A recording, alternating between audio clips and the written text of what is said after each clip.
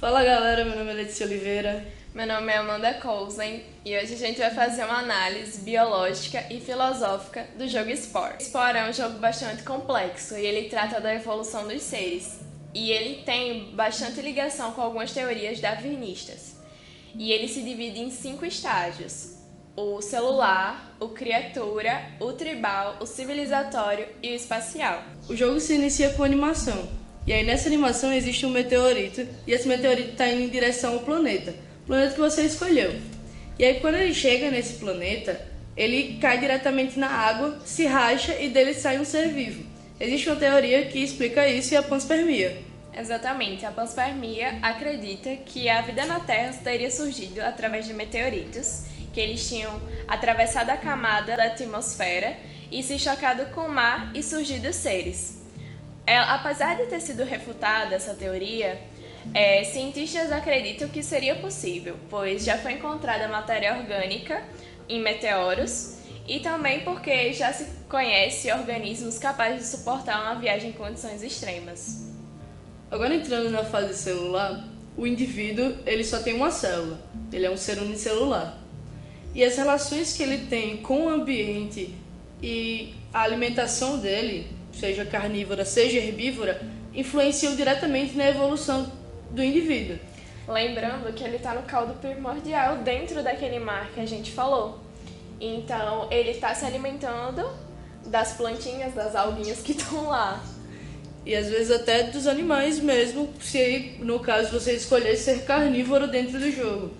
Mas a cada vez que você come, que você se alimenta, você ganha um pouquinho de experiência e você ganha DNA. E com esse DNA, possibilita que você tenha a reprodução, que você consiga... E adiciona novas partes ao ser vivo.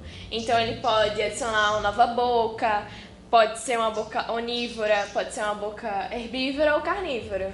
E aí também tem as características do ser, que ele pode se movimentar mais rápido, ele pode adquirir membros que possam ferir outros animais, caso ele seja carnívoro e, enfim, tem essa alimentação. E aí tudo isso nos leva a uma mutação genética que existe dentro do indivíduo e a evolução que ele sofre durante essa fase. Exatamente, e faz a gente lembrar da seleção natural, que Darwin explicou, que é uma das teorias dele. E a gente sabe que isso está presente na vida da Terra desde os primórdios. Então, assim, as relações do ambiente, a mutação genética e a seleção natural são coisas que estão na nossa evolução histórica dos seres vivos. Exato. De forma breve, as influências ambientais, elas causam alterações físicas no ser, sem alterar o seu DNA, o seu gene. Já a mutação genética, ela tem tanto alterações físicas quanto na genética, causando novas linhagens. E a seleção natural é justamente para selecionar essas mutações benéficas e as não benéficas ao ambiente, a sua adaptação com o meio ambiente. Então, os seres que sobrevivem são aqueles mais adaptados ao meio ambiente. E aí, quando você chega numa parte do estágio, em que a barra de progresso ela já está toda completa, o jogo vai mostrar uma linha do tempo. E aí, nessa linha do tempo, vai mostrar as escolhas que você tomou durante todo esse progresso do estágio celular. E aí, ele vai mostrar também a sua alimentação e o progresso de DNA. E assim a gente começa a nova fase, a fase criatura. Exatamente, que quando o ser sai da água e ele adquire pernas, e agora a gente vai para o habitat terrestre. Com a mudança de habitat, o ser também muda o seu nicho ecológico, que é como se fossem as profissões das espécies dos seres. E aí quando ele adquire essas pernas, ele se torna um ser pluricelular, quando ele ganha o DNA e sofre a mutação genética. E aí isso modifica toda a estrutura daquelas espécies. Então começam a existir predadores e os seres precisam sobreviver. Exatamente, há uma interação com o meio ambiente e com as outras espécies que também evoluíram junto com você. E aí começa essa corrida evolutiva, né? E aí quando começa essa corrida evolutiva, a alimentação é fundamental. E aí quando você sai para procurar alimento, você começa a interagir com esses outros seres, essas outras espécies. E aí você pode ser tanto amiga quanto inimiga dessas espécies. E acaba que você começa a ter essa interação. Você pode matar esses seres.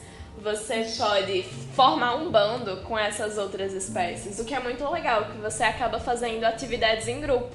E aí, nessa fase, a gente começa a ver que o ser ele se torna um pouco mais racional que na outra fase. Ele começa a ter interações entre os indivíduos. Ainda não podemos falar que existe uma sociedade em si. Ainda é muito primitiva. É bem primitivo, mas a gente consegue começar a ver a interação entre os indivíduos. Quando esse ser começa a entrar em contato com as outras espécies, eles usam de elementos persuasivos. E a gente lembra de que Platão dizia que para persuadir alguém, não precisa que aquilo seja verdade, basta parecer pro outro que é verdade. E aí você começa a entrar em outro estágio, que é o estágio tribal. Porque acaba tendo essa evolução tanto física como intelectual. E aí é quando a gente parte pro estágio tribal. Temos então um ser com racionalidade primitiva, sociável e que forma tribos.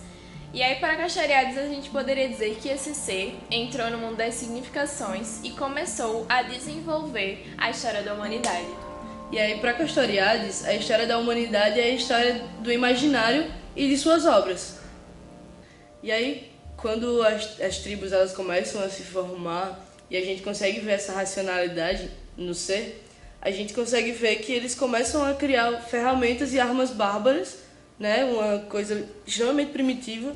Exato. E aí eles elegem um ser como um pajé, que é o líder da tribo, e ele tem a função de dividir o trabalho entre a tribo.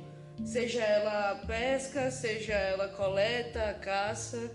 Exatamente, a gente começa a perceber que a economia continua sendo extrativista como no estágio anterior. Só que agora eles começam a se relacionar com outras tribos. Então a gente vê mais uma socialização com as outras tribos e não tanto com o meio ambiente. Nesse estágio nós podemos observar também que a gente pode presentear outras tribos e ser presenteado, e geralmente é com uma cesta de alimentos. A gente vê também a iniciação à cultura, que é quando a gente conquista ou dizima alguma tribo. E aí a gente recebe esse totem, que seria... O totem, ele é uma representação religiosa, seja ele um objeto, um animal ou alguma planta, e ele representa aquela tribo. Então, a tribo ela se une pelo totem, para cultuar o totem e também é aquele símbolo que marca aquela tribo. Exatamente. E essas religiões que cultuam o totem são chamadas de totemismo. E aí, a cada totem adquirido, a nossa tribo ela evolui, tanto fisicamente como na sociedade em si, as nossas construções, as casas, as ferramentas.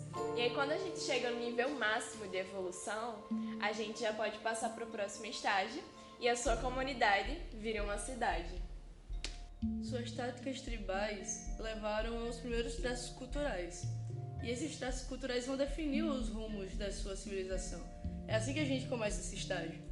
E a gente sabe que os traços culturais estão presentes na nossa sociedade desde o início da nossa racionalidade.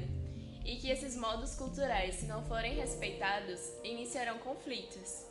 Sobre isso, Bauman afirma que as civilizações não podem exigir subserviência nem humilhação às outras culturas, porque os modos culturais, eles não são coordenados, eles são fluidos e seguem rumos diferentes. E aí, nesse estágio, você começa com a criação das moradias e da sua prefeitura. Você cria basicamente toda a sua cidade. E aí você pode desenvolvê-la por uma base militar ou por uma base religiosa, fazendo acordos ou ameaças com outras civilizações. E aí você tem essa missão de dominar o mundo.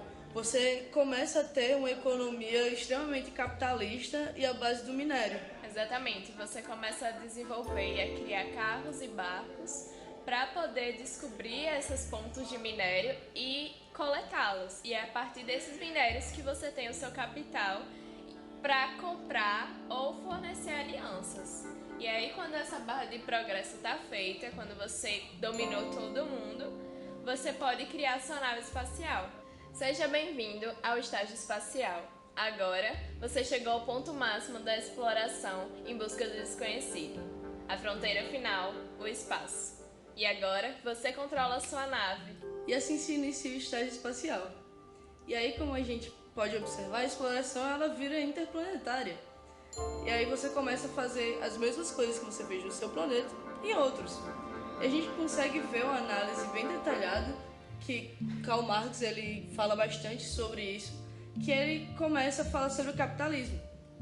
E aí a gente consegue ver claramente a luta de classes. A luta de classes nada mais é do que o proletário, que é o trabalhador, ele não se render à exploração do capitalista, que no caso seria você. Ainda nesse estágio é possível ver vários avanços tecnológicos. Agora você tem um rádio, não só dentro do seu planeta, como com outros planetas. E aí você vai vendo que existe a presença de seres extraterrestres. E aí você vai em busca desses outros planetas para colonizar eles. Exato. Ainda falando sobre esse sistema em que você construiu, Marx ele afirma que esse sistema ele não poderá se sustentar, porque o monopólio ele traz uma quebra do controle dos meios de produção, e isso faz com que o sistema ele se destrua por si só. Então as mesmas armas, por exemplo, que a gente poderia ver no sistema feudal, trazendo para a realidade, que foi utilizado pela burguesia, agora se volta contra ela própria, porque ela não consegue mais segurar esses meios de produção. Além de toda essa ligação que a gente vê com Karl Marx, a gente vê que esse estágio ele não tem fim, teoricamente, mas que algumas pessoas já chegaram a encontrar o nosso planeta Terra e a colonizar. Então eu acho que seria o ponto que todo jogador quer chegar, né? E assim a gente vai finalizando o vídeo sobre essa análise filosófica e biológica do jogo Spore. Mas vale salientar que a gente poderia ainda fazer uma análise sociológica e histórica, que se encaixaria perfeitamente. E a gente queria aqui agradecer aos nossos professores, Rafaela Leite, Leandro Soares e Fábio Duarte, por ter nos ajudado a chegar a esses pontos, a conseguir entender o jogo melhor. Exatamente. E como vocês podem ver, esse jogo é muito interessante e ele é muito vasto em conteúdo. Então a gente convida vocês, a quem puder baixar o jogo, experimentar um pouco do que é essa aventura do jogo Spore.